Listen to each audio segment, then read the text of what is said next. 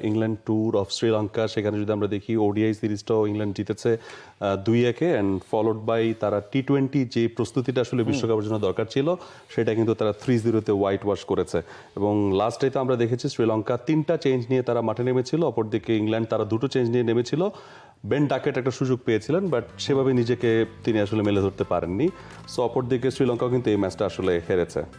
এবং সবচেয়ে বড় কথা হচ্ছে এই টুর্নামেন্টগুলোতে বা এই সিরিজগুলোতে শুধু আপনি ইংল্যান্ড শ্রীলঙ্কা না, প্রতিটা দলই কিন্তু এখন বিশ্বকাপের আগে একটা করে সিরিজ খেলেছে, বাংলাদেশের কথা যদি আপনি বাদ দেন। তো দেখা গেছে প্রতিটা ম্যাচেই প্রতিটা দল বেশ কিছু বদল নিয়েই মাঠে নেমেছে, কারণ তারা তাদের সেরা একাদশটা সাজানোর চেষ্টা করছে বিশ্বকাপকে সামনে রেখে।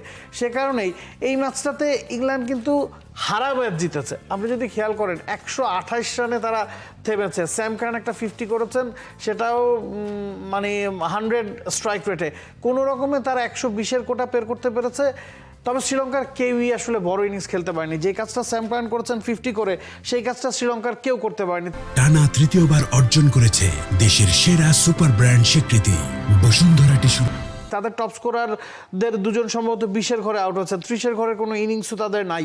এবং শ্রীলঙ্কার মাটিতে ইংল্যান্ড যে যথেষ্ট কেপাবল এবারের টুর্নামেন্টে, বা উপমহাদেশের উইকেটের সাথে মানিয়ে নেওয়ার মতো দল যে তাদের আছে, সেই বার্তাটা কিন্তু ইংল্যান্ড দিয়েছে। আপনি যদি তাদের স্পিন লাইন আপের দিকে খেয়াল করেন, লিয়াম ডসন আছেন, আদিল রশিদ আছেন, জেকব ব্যাথেল, তার সাথে উইল জ্যাক্স, চারজন স্পিনার তাদের একাদশে খেলাচ্ছে তারা।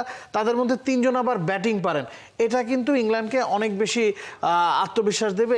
For more updates, subscribe to our YouTube channel and click on the bell icon. Follow us on Facebook and Instagram. Download T-Sports app to enjoy exciting games and highlights. Visit tsports.com.